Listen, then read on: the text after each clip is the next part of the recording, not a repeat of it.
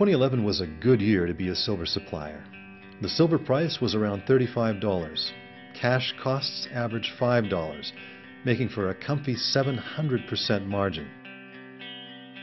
But there's a mystery here. Of the almost 1 billion ounces of silver produced in 2011, only 860 million were required for industrial uses. Supply was 15% greater than demand, and the price of silver went up. Where did the extra 130 million ounces go? Was silver violating the laws of economics, or is there a better explanation? The extra silver was bought by investors. Investors invest when they think they can make money. And in 2011, they were right. The average price of silver rose 74%. Silver is traded on COMEX, the world's largest silver exchange. Unlike, say, televisions, there's only a limited number of places you can buy silver. You can shop around for a lower price on your TV, but it's hard to shop around for silver. Practically speaking, when you're talking about the price of silver, you're talking about COMEX.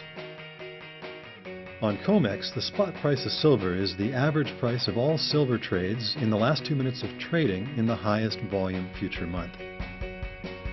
Wait, what's a future? On COMEX, silver is traded as future contracts, an agreement to buy X amount of silver at Y price at a specific point in the future. If you're a jeweler or a large electronics corporation or anyone who uses silver for industrial purposes, this makes sense. You want to know how much the silver you use is going to cost you.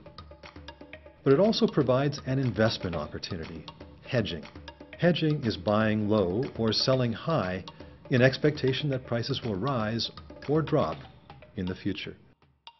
And if your expectations are on the money, you'll make some. Some investors buy and sell silver without ever intending to use it, or even take possession of it. They only own it so they can sell it later at a higher price. Let's review our numbers.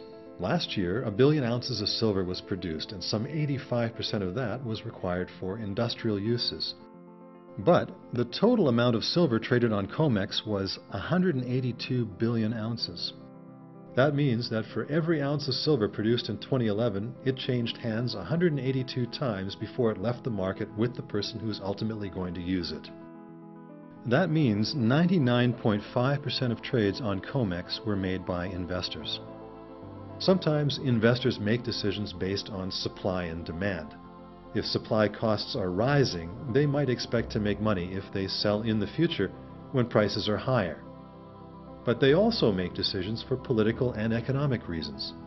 Right now, a lack of trust in global currencies such as the euro and the US dollar mean a lot of investors are buying silver for its historical role as a currency, which they hope is more stable. In 2011, they bought all 130 million ounces of extra silver that was produced. And if there had been any more, they would have bought that too. That solves our mystery.